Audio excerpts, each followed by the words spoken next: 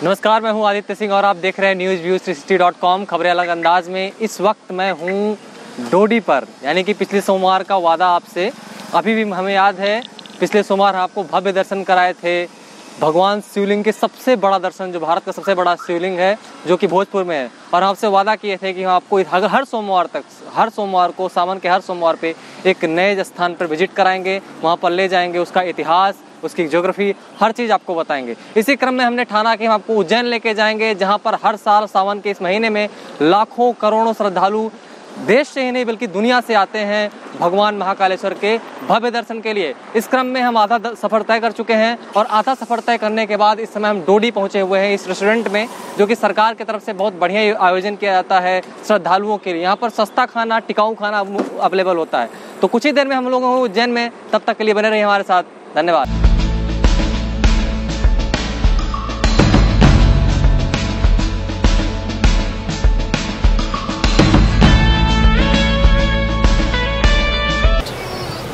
भाई बैठे बैठे कमर दुख गई। अब 1 घंटे का सफ़र और है, उसके बाद हम होंगे उज्जैन में। और जैसा कि हम देख रहे हैं कि हमारे चंदू भाई बहुत ज़्यादा हमारे लिए मददगार साबित हो रहे हैं।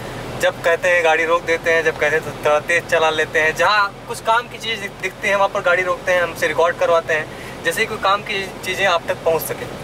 तो बस 1 घंटे का सफ़र लगभग और है। लगभग यहाँ से कितनी दूर चंदू भैया? 70-80 किलोमीटर ना, 70-80 किलोमीटर का सफ़र है। उसके बाद पहुँच जाएंगे महाकालेश्वर बाबा के धाम। वहाँ बाबा का दर्शन करेंगे, भव्य आरती में शामिल होंगे और उससे जुड़ी जो मतलब वहाँ से जुड़ा इतिहास है। इसके अतिरिक्त जो वहाँ पर मंदिरें हैं, जो वहाँ की नदी है शिप्रा, उसका क्या इतिहास है, सब कुछ आपको बताएंगे। तो बने रहिए हमारे साथ। कैसे लगेगा? मजा आया ना?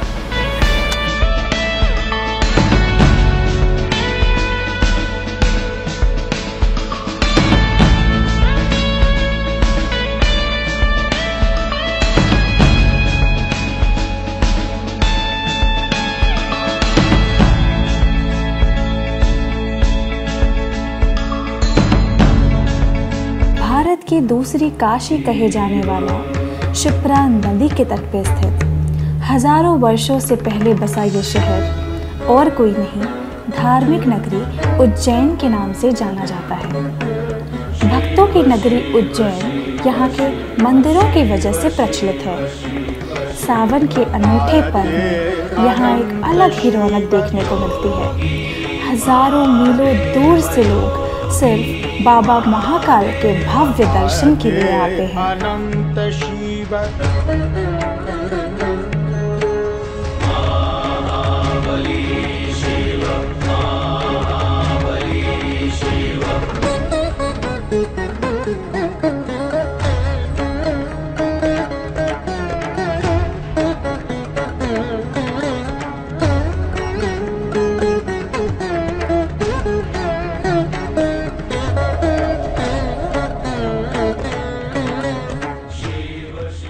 हर महादेव।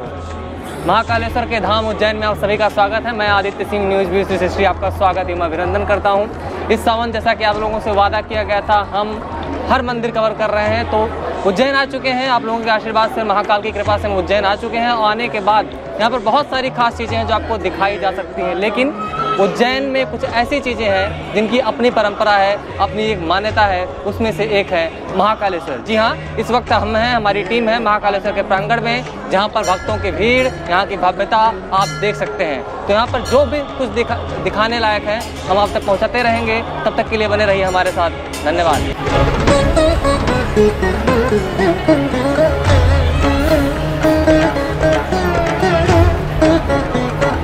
महाकालेश्वर देश भर में शिव 12 स्थानों में ज्योतिर्लिंग के रूप में स्थापित है और इनमें से एक ज्योतिर्लिंग उज्जैन महाकालेश्वर के गर्भगृह में स्थित है।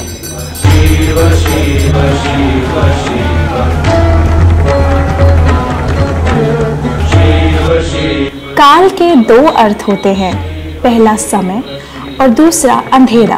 अस्तित्व का मूल आधार है काल यानी समय, और जो समय को नियंत्रित कर ले वो है महाकाल। महाकाल मंदिर के गर्भगृह में निवास करते हैं। महाकाल के ज्योतिर्लिंग के अलावा महादेव उज्जैन में 84 लिंगों में अलग अलग रूप में मौजूद हैं। महाकाल के ज्योतिर्लिंग के अलावा महादेव उज्जैन में 84 लिंगों में अलग अलग रूप में मौजूद हैं। पूरे ब्रह्मांड में ये सिर्फ एक ऐसा शिवलिंग है जिसका ज्योतिर्लिंग दक्षिण की दिशा में स्थापित है। पूरे ब्रह्मांड में ये सिर्फ एक ऐसा शिवलिंग है जिसका ज्योतिर्लिंग दक्षिण की दिशा में स्थापित है।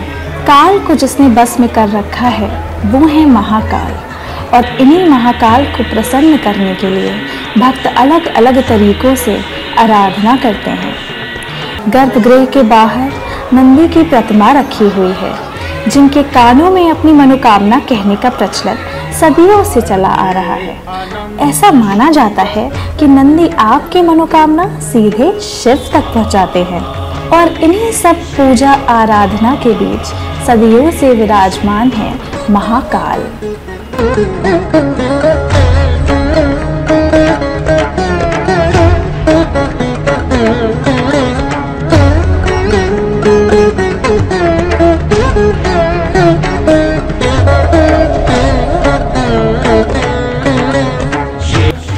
यूं तो महाकाल की आराधना में दिन भर में कई आरतियां की जाती हैं, लेकिन दिन की शुरुआत भस्म आरती से होती है। भस्म आरती सूर्योदय से पहले की जाती है। इसके दौरान बाबा को पंचामृत अर्पित कर जल से अभिषेक किया जाता है। फिर बाबा पर भस्म अर्पित की जाती है। अंत में अनेक विधियों से महाकाल का श्रृंगार किया जाता है, और यही महाकाल की मुख्य पूजा होती है।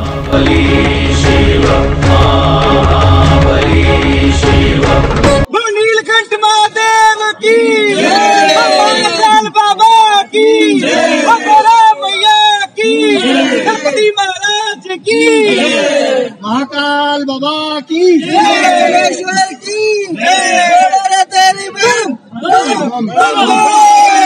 पार्वती के सिंह बढ़िया लगा रंग सावन में हो गए बस नमस्कार। इस वक्त हम यहाँ पर महाकालेश्वर के प्रांगण में, जहाँ पर हमारे साथ बहुत से दोस्त हैं, और ये सभी दोस्त हरियाणा से आए हुए हैं, गुड़गांव से आए हुए हैं, और इन्होंने इनको अपना अनुभव शेयर करना हमारे साथ जो बताएंगे। तो उसमें से खास चीज ये है, कुछ लोग ऐसे हैं जो कि 42 महीने से लगातार महाकालेश्वर के दर्शन करने आते हैं, और 50-50 साल से लगातार आ ही रहे हैं। हर वर्ष आते हैं, कंटिन्यूटी के साथ आते हैं। तो सबसे पहले मैं शुरुआत करूंगा इस पूरे जो समिति है, एक तरह का जो ये ग्रुप है, उसके सबसे सीनियर सदस्य मामा जी। मैं आपसे पूछूंगा सबसे बड़े ये पहले। अच्छा, मामा जी भैया जी? मामा जी भैया जी में कौन जीत रहा है ये देखना बाकी होगा। अच्छा, भैया जी बहुत है। भैया जी, सुना है कि आपने 42 महीने से लगातार आ रहे हैं जी। क्या कैसा अनुभव रहा आपका यहाँ पर आने का? मेरा सब कुछ यही है जी। यहीं पे सब कुछ है? हाँ जी, हाँ जी। यही से मेरा सब कुछ यही सब कुछ मिला है जी। अच्छा, जैसे कि हर परिवार में शांति, काम में तरक्की, हर तरीके से। बस ये अनुभव रहा है मामा जी के, सॉरी भैया जी का, कि 42 महीने से लगातार आ रहे हैं। ये कह रहे हैं कि परिवार में तरक्की, काम में तरक्की। ये भी श्रेय दे रहे हैं कि सब कुछ बाबा का ही है। तो ये भारतीय आस्था, जब आप टीवी की स्टूडियो से रोज धर्म की सेल लगी हुई है, जब आप उसको देखते हैं तो उसके बीच आपको भारतीय आस्था भी देखनी चाहिए कि वास्तविक भारतीय आस्था क्या है। इसके अलावा मैं मामा जी के पास चलूंगा। मामा जी, आपका कैसा अनुभव रहा है? हमारा अनुभव ये, जो कुछ हमारे लिए यही है, सब कुछ मिला हमारे को यहाँ से। सब कुछ आपको ऐसे मिला है? यहाँ सब कुछ मिला। ये इस तरह की फीलिंग है, इंडियन ट्रेडिशन इसे बोलते हैं। इसके अतिरिक्त आप बताइए, आपको क्या टी शर्ट बड़ा शानदार लगा, मुड़ जाइए जरा। भोले के कैसे भक्त हैं आप? हम तो भोले के बहुत ही अच्छे भक्त हैं, और जैसा कि हमारे सीनियर सारे बैठे हैं। अच्छा। इन्होंने जैसा अपना एक्सपीरियंस शेयर किया कि इनका जब भी मन करता है, मतलब कुछ भी इनका पहले से डिसाइड नहीं होता कि कब हमने जाना कब नहीं जाना, इनका इंस्टेंट प्रोग्राम बनता है। अभी भी हमारा इंस्टेंट बना और हम लगा लो इसमें 6 से 7 बंदे नए हैं और सारे हमारे सीनियर है। उन्होंने हमें अच्छे से हर चीज के बारे में गाइड किया और अब महाकाल जी के इतने प्यारे दर्शन करके अब हमारा भी यही मन है कि जब भी आप यहाँ की टिकट कराओ, हमारे से बिना पूछे हमारी टिकट कराओ। अच्छा, एक चीज आप तो यूथ है, आपसे एक चीज मैं पूछना चाहूंगा। आजकल बहुत टिपिकल इंडियन महाकालेश्वर के भक्त या भोले का भक्त चला हुआ है, एक ट्रेंड चला हुआ है। उसमें हम जैसे आप जैसे बहुत सारे लड़के होते हैं, टी शर्ट पहन लेते हैं, जैसे मैंने सेव रखी, आपने रखी, इस तरह का सेव रख लेते हैं और कई तरह की भक्ति करते हैं। इसमें कितना विश्वास करते हैं आप? इसमें विश्वास एक अपना वैसा होता है कि आजकल के ट्रेंड को देख के आप किस तरह से मतलब अपना मॉडर्न भोले के भक्त है या ट्रेडिशनल भोले के भक्त है? मॉडर्न मतलब है ट्रेडिशनल, सही नहीं बोल रहे हैं, मॉडर्न है ट्रेडिशनल है, सही से बताइए। है तो ट्रेडिशनल, बट आजकल का अपडेट हो गया तो फिर भोले के भक्त ही अच्छा, जैसे भी ट्रेडिशनल भोले के अपडेट भक्त है। मैं इनका चेहरा देख के पूछ रहा था कि कैसे भक्त है। बहुत अच्छा लगा आपसे बात करके। इसके अलावा मैं आपको बताना चाहूंगा आप लोग के जानकारी के लिए कि कल शाम जब हम यहाँ पर दर्शन करने की, इस काम के अलावा जब दर्शन करने के लिए आए तो ऐसी शांति महसूस हुई। 2 घंटे तक दिमाग में बाबा का नाम ही चल रहा था। इस तरह की कुछ यहाँ की महिमा है, यहाँ की आस्था है। एक और बाइट यहाँ पर लेना चाहेंगे, आप बताइए आपका अनुभव कैसे रहा? आ जाइए, थोड़ा लाउडली बोलिएगा। मैडम को बताइए आप। तब से यहाँ पे आ रही हूँ, जब मैं 8 साल की थी तब से ही आ रही हूँ। अभी आप कितने साल की हैं? अभी मैं 20 ईयर्स। यानी कि लगातार आप 12 साल से आ ही रहे हैं। लगातार। आपका अनुभव? मैं शाजापुर का हूँ और काफी टाइम से आ रहा हूँ। आज मुझे 34 साल। तो एक बार आज तक मुझे भगवान, अब एक बार खूब तेज जयकारा लगा दीजिए आप लोग। महाकाल दरबार की चलाइए, बंदी परिसर में मोबाइल न चलाइए, मोबाइल चला फोटो खींचिए, आगे बढ़ते रहो, बाहर जाने का सीधा मार्ग है। सिर्फ यही नहीं, गर्भगृह के ऊपर ओमकारेश्वर और उनके भी ऊपर नाग चंद्रेश्वर का मंदिर है, जो साल में सिर्फ एक बार नाग पंचमी के दिन खुलता है। दोस्तों, इस समय जहाँ हम खड़े हैं वो ओमकारेश्वर आपको सामने दिख रहा है। सबसे नीचे वाला जो आपको दिख रहा होगा यहाँ पर, वो महाकालेश्वर है। वहाँ पर अंदर गर्भगृह है और जहाँ पर महाकालेश्वर की लिंग स्थापित है, उससे ऊपर श्री ओमकारेश्वर महादेव मंदिर लिखा हुआ है जो बीच वाला दिख रहा है। और इससे भी ऊपर जो है चंद्रेश्वर महाराज है। ये दरवाजा बंद है, पट बंद है, जो साल में एक बार ही खुलता है, शायद नाग पंचमी को खुलता है। इसके बारे में ज्यादा जानकारी देने के लिए हमारे सहयोगी हमारे साथ हैं। आप बताइए कि क्या है उसकी खासियत? नाग चंद्रेश्वर का मंदिर साल में एक बार श्रावण मास में 24 घंटे के लिए खुलता है। देश विदेश के श्रद्धालु नाग पंचमी के दिन यहाँ पर दर्शन करने आते हैं। लाखों करोड़ों लोग नाग पंचमी के दिन दर्शन करने से लोगों को अधिक फल प्राप्त होता है। शिव जी प्रसन्न होकर परिवार का सुख कल्याण करते हैं। तो इस तरह से इसकी अपनी मान्यता है, जो साल भर में एक बार खुलता है। चंद्रेश्वर सबसे ऊपर वाले पार्ट की हम बात कर रहे हैं। ये सबसे नीचे वाला जो मैं आपको फिर से बता दूं कि महाकालेश्वर है, उसके बाद बीच में ओमकारेश्वर है, उसके बाद ऊपर चंद्रेश्वर है जो कि नाग पंचमी को खिलता है। तो इस तरह से बहुत खास बातें हैं यहाँ पर जो आपको बताते रहेंगे। तब तक के लिए बने रहे हमारे साथ। धन्यवाद। सिर्फ सावन नहीं, यही श्रद्धा और भक्ति भाव आपको कुंभ में भी देखने को मिलता है। कुंभ के दौरान क्षिप्रा नदी में स्नान करना महत्वपूर्ण माना जाता है। महाकाल की अर्चना में एक आरती संध्या आरती भी है, जिसका चित्रण कालिदास ने अपने ग्रंथ मेघदूत में कुछ इस प्रकार किया। हे मेघ, जब तुम उज्जैन जाना तो वहाँ के महाकाल के दर्शन अवश्य करना, वहाँ की संध्या आरती को अवश्य देखना।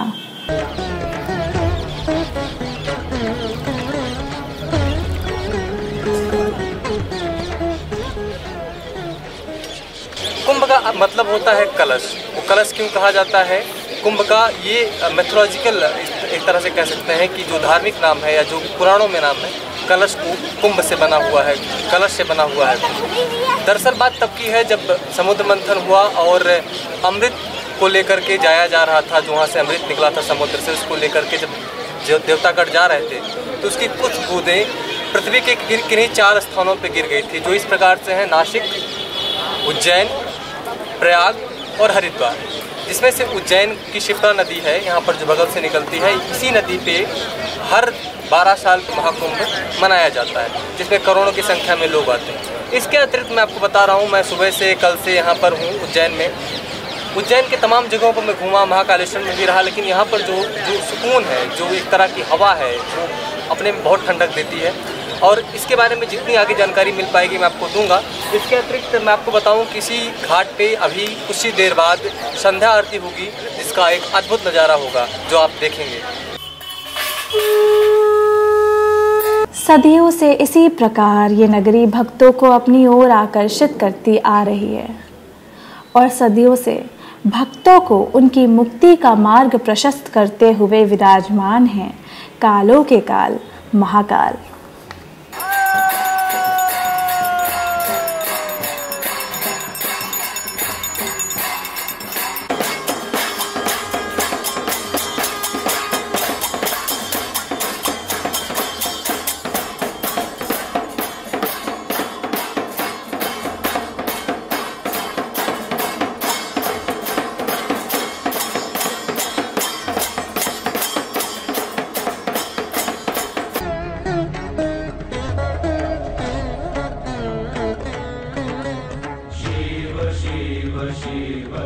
उज्जैन में दिन की शुरुआत जब महाकाल के भव्य भस्म आरती से होती है, वहीं दिन का अंत क्षिप्रा के शांत संध्या आरती से होती है। उसके बाद उज्जैन में फिर सुबह से वही भव्य भस्म आरती, जहां एक और भस्म आरती आपको तेज ओज का एहसास कराती है, वहीं दूसरे ओर क्षिप्रा की संध्या आरती आपको शांति की अनुभूति कराती है। इस पूरे कवरेज में हमारा जो खास सहयोग रहा है, जिन्होंने हमारी बहुत मदद की है, वो हमारे newsview360.com की टीम के इस परिवार के हिस्सा हैं और उज्जैन के ब्यूरो चीफ हैं अशोक महावर साहब। इसके अतिरिक्त यहाँ के लोगों ने बहुत सहयोग किया, यहाँ के गुरुओं ने बहुत सहयोग किया, यहाँ के जो क्राउड है, यहाँ की जो दुकानें हैं, यहाँ के जो छोटे छोटे बच्चे हैं, सब ने बहुत सहयोग किया। उनको मैं अपने तरफ से बहुत शुभकामनाएं देता हूँ सावन की। और आपको ये भी याद करा देता हूँ कि सावन इस पूरे सीरीज में हम लोग सावन के इस पूरे मंथ में हर सोमवार को आपको एक नई जगह लेके जाएंगे, जहाँ पर भगवान शंकर के जो तमाम रूप हैं उनके बारे में आपको अवगत कराएंगे। बस इतना ही। बम बम महादेव। लेकिन हाँ, एक चीज़ तो मैं आपसे कहना ही भूल गया, जो मैं अपने अंदाज में ही कहूँगा, अगर आपने चैनल सब्सक्राइब नहीं किया है, महाकाल की कसम आप कर लीजिए, नहीं तो बहुत देर हो जाएगी। धन्यवाद।